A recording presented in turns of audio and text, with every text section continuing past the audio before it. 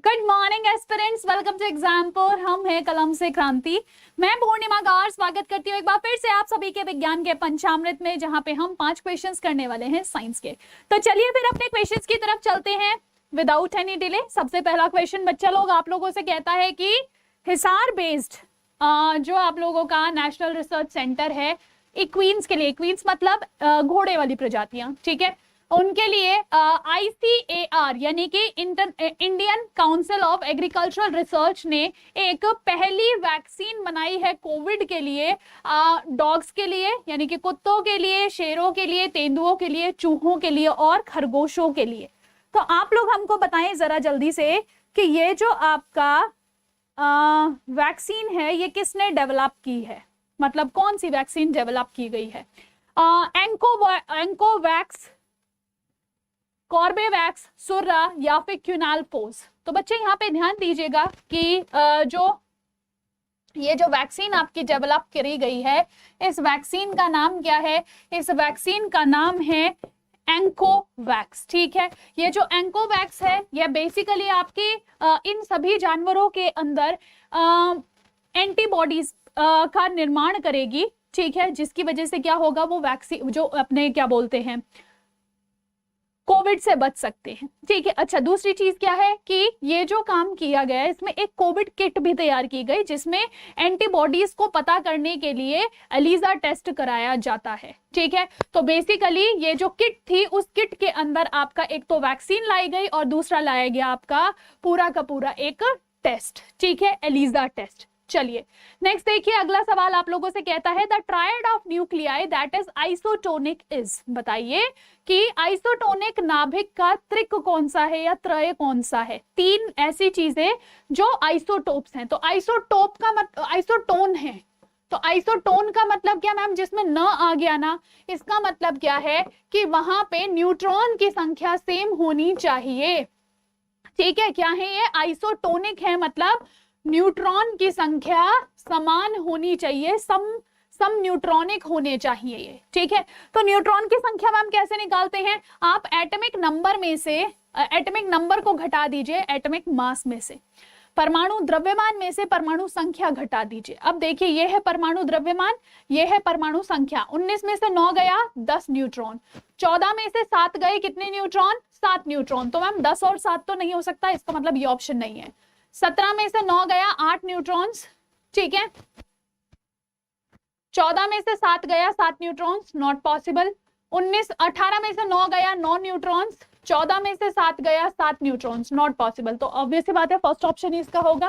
तो यहाँ देखिए 14 में से 6 गया 8 न्यूट्रॉन्स, 15 में से 7 गया 8 न्यूट्रॉन्स, 17 में से 9 गया 8 न्यूट्रॉन्स। तो इसका मतलब क्या है? ये आइसोन्यूट्रॉनिक है, यह सम न्यूट्रॉनिक है, क्योंकि इसके अंदर 8 न्यूट्रॉन्स हमें यहाँ देखने को मिल रहे हैं तीनों में। नेक्स्ट क्वेश्चन है, क्लोरोफिल द्वारा प्रकाश के किन घटकों को अवशोषित किया जाता है?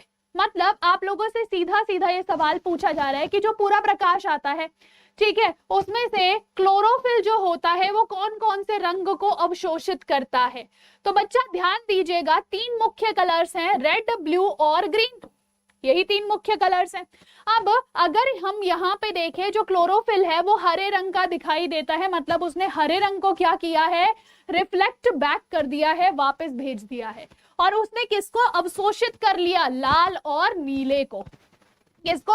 लाल और नीले को अवशोषित कर लिया और ग्रीन को उसने वापस भेज दिया, हरे को वापस भेज दिया, इसीलिए पत्तियां हमको हरी भी दिखाई देती हैं, ठीक है जी। नेक्स्ट क्वेश्चन, ये आपका फिजिक्स का क्वेश्चन है, कहता है आप लोगों से which among the following holds true for friction.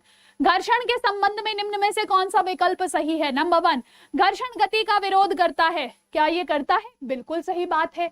अच्छा जी, नेक्स्ट है, घर्षण के कारण कोई टूट फूट नहीं होती। अरे हमारे घर के जो पंखे होते हैं कुछ टाइम बाद उनमें कड़कड़ की आवाज आने लगती है, जो हम शूज पहनते हैं वो कुछ टाइम बाद घिस जाते हैं। तो क्या ये वियर एंड टियर नहीं हो रहा फ्रिक्शन की वजह से? जी मैम, होता है। तो ये स्टेटमेंट गलत। तीसरा देखिए कि घर्षण से ऊर्जा नष्ट नहीं होती। अरे यहाँ पे हमने देखा हाथ ऐसे करने पे ऊर्जा का निर्माण हुआ, तो हमारे शरीर की ऊर्जा ही तो बाहर जा रही है ना। तो इसका मतलब क्या है, यहाँ पे ऊर्जा भी नष्ट होती है। लास्ट देखिए, घर्षण से ऊष्मा का उत्पादन नहीं होता। क्या नहीं होता? अभी अभी हमने देखा ना, ऊष्मा का उत्पादन करके, तो ये बात भी गलत हो जाती है। तो सही कथन सिर्फ और सिर्फ फर्स्ट है। अच्छा, अब आपके दिमाग में आ रहा होगा मैम आपने लास्ट तक सॉल्व क्यों किया?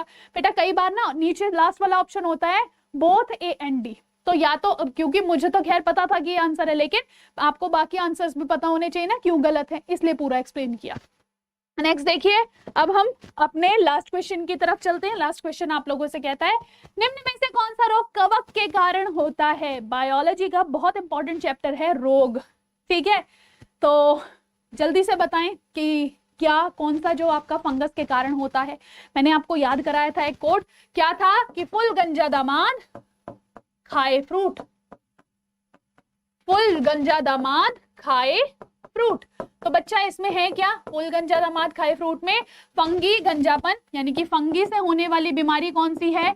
गंजापन है, गंजापन है, दमा है, दाद है, दमा है, दाद है, खुजली है, खाज है, खाज, खुजली, और एथलीट्स फुट, एथलीट्स फुट, ठीक है? ये आपके कुछ रोग हैं जो इससे हो रहे हैं। अब आप इनमें से बताइए क्या हो सकता है? क्या रिंग वॉर्म होगा? यस मैम, यही दाद है।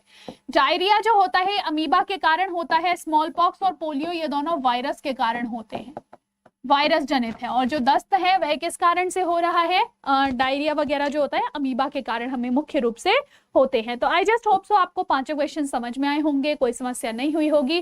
और अगर सेशन अच्छा लगा हो लाइक कीजिएगा, शेयर कीजिएगा और चैनल को सब्सक्राइब जरूर कर लेना ताकि आप मेरी रेगुलर पंचामृत से जुड़ सके। इसके अलावा आप लोगों की एक वीडियो अपलोड हुई थी संडे को, आप लोगों ने उसको देखा। अगर आपको चीजें समझ में आई, ठीक है, टॉक क्या होता है पता चला, तो डेफिनेटली नीचे कमेंट सेक्शन में बताना। और कहीं ना कहीं आगे क्वेश्चन आने वाला है आपके लिए टॉक का भी, ठीक है, यानी कि घूर्णन गति का भी। तो चलिए फिर आज के सेशन को यहीं विराम देंगे और मिलेंगे आप लोगों से नेक्स्ट सेशन में। This is Purnima Gaur signing off, take care, bye bye.